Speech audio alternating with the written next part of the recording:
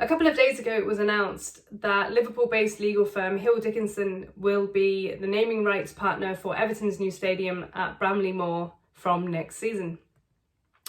The new arena will be named the Hill Dickinson Stadium after the company, which has its headquarters in the city. And Everton told BBC Sport that the agreement is financially one of the largest stadium naming rights deals in Europe. Of course, we'll move there next season. Today, in a few hours, will be the final game for the men's team at Goodison Park against Southampton. And I am hoping for a really good win. And the other bit of news was that the club's women's team will move into Goodison Park as their permanent home from the start of the next campaign. The new stadium has a capacity of 52,888 and it will open in August. And Everton said the partnership with Hill Dickinson, which was founded in 1810, 68 years before the football club, is a long-term agreement. Hill Dickinson Chief Executive Officer Craig Scott said, "To put our name to Everton's new stadium is a once-in-a-generation opportunity. We believe deeply in what this project stands for, a bold, transformational vision for Liverpool and its future." And I thought for today I would actually share some comments that are on the BBC Sport article. It generated a lot of discussion, a lot of division, as expected, really. And yeah, I got about, I think, over 1,600 comments. So let's see what some Everton fans here think. So Phil says, "Love it. A proper company with a long-term commitment. Everton moving up." Someone else says, "We don't like it. We prefer Bramley-Moore. The new stadium name highlights how society has become obsessed with economic opportunity, where instead football should be a social and cultural celebration rather than a liquefied commodity." That was Neve. Steve says, "Not a great name, but I think after all these years, it will be continued to be called Bramley-Moore either way." Yeah, agree. Jeff, "Not sure about the new name. The deal might be worth big money, but the name sets us up for endless Mickey taking on the sponsor's name. Surely it shouldn't be just about who stumps up the most cash.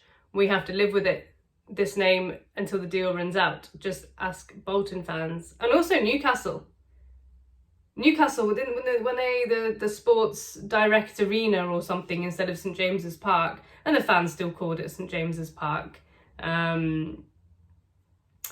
Paul says, "Not a great choice. What about the Dixie Dean Stadium or something better?"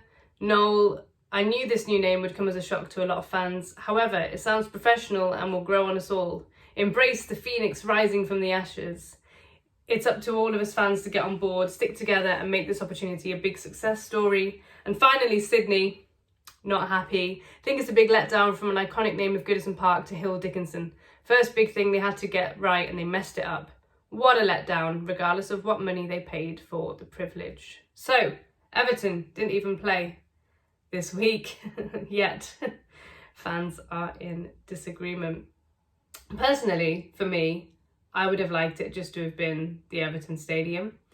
For those of you that don't know, I live in London and pretty close to the Emirates. Pretty close, not giving you my address, but on a men's match day and a women's match day, my area is full of Arsenal fans. And so I suppose the women's team moving into Goodison Park, maybe Everton have looked at that. So at the Emirates, obviously the men play there, but the women play there as well and they sell it out. And so, yeah, I'm interested to see if that move is financially viable for Goodison. Definitely good for the businesses around it, because the BBC did another article where business owners around Goodison were fearful and worried. And it's obvious why. So hopefully the women playing there can generate revenue as well in and around it. But for me, I like what Tottenham did. You know, I like the simplicity of the Tottenham Hotspur Stadium. And I also like that it's a Liverpool-based legal firm. In terms of revenue, Tottenham, what they have for NFL games, they have concerts. Like I looked up who's playing at the Tottenham Hotspur Stadium this summer. They've got Beyonce, 50 Cent, Kendrick Lamar, Post Malone. Like, so they've got concerts actually at the start of next season as well, all through the summer and at the start of next season. So I like simplicity. I would have liked the Everton Stadium, but also we need to compete, and generating revenue is an important way of doing that. And it's a local business. So there you go. Also, look, we saw Palace yesterday. I was thrilled for Palace winning the FA Cup. We've seen Newcastle this season win a trophy. If in the first 5 years of being at Bramley-Moore, Hill Dickinson Stadium, we win a League Cup or an FA Cup, I don't think anybody will care what the stadium name is, frankly. So let's just hope for some success. I've seen the photos of it, I've seen the videos of it. It looks like an incredible new stadium and home for Everton from next year. But you let me know what you think below. As anything with Everton, it's divisive and people can't agree, but let's just hope we can win a trophy there in the first 5 years. Okay, thank you for watching, and I will see you in a few hours after hopefully a fantastic win for Everton in the last home game of this season. Bye.